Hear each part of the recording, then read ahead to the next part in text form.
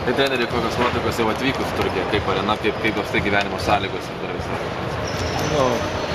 Mes su psichika pas mus gana normaliai ir nuotaikos taip nesikaitėlioja taip greitai. Normaliai.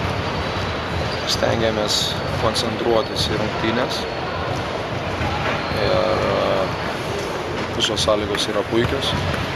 Gyvenimo, viešbutis, salė, manau, labai gera. Ką treneris akcentuoja prieš išvykovą su Naująja Zelandija? Turi tokių porą ryškesnių žaidėjų, kuris ypatingai vienas pelno daug taškų, reikia sustabdyti. Turit tokią įdomų puolimą su daug užtvarų visokių. Tai tikrai nebuvo komandai, to bus gera komanda. Vienas iš Naujojos Zelandijos žaidėjų paminėjo, kad jie meta pataiko į krepšius bet kur. Paties nuomonė, ar Naujos Zelandijos ginklas bus tolimi metimai? Aš manau, kad taip. Mes jie turi metikų, kurie meta. Nėra pas juos tokių centrų ir kažko ypatingo, kaip sakoma, tokio žymaus viduje. Tai manau, kad jie ir pasidėl savo tolimais metimais ir tokios komandos yra labai pavojingos.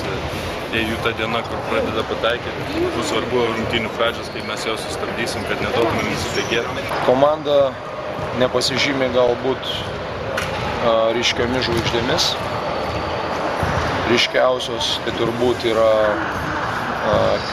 Kirk Penny, kuris yra žaidęs Žalgiryje kažkokiu tai momentu.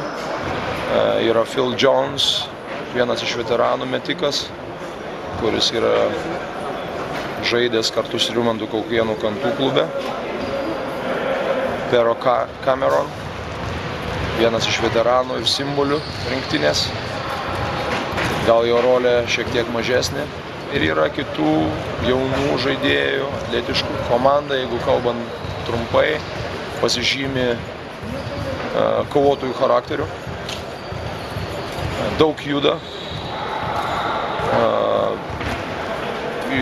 Žaidžia savo lyderiams, stato daug užtvarų ir gana gerai kontroliuoja žaidimą. Jie geriau žaidžia, kuo geresnis varžovas, tuo jie geriau žaidžia. Taip kad komanda yra įveikiama, bet atsipalaiduoti negalime, todėl kad galim būti nubausti.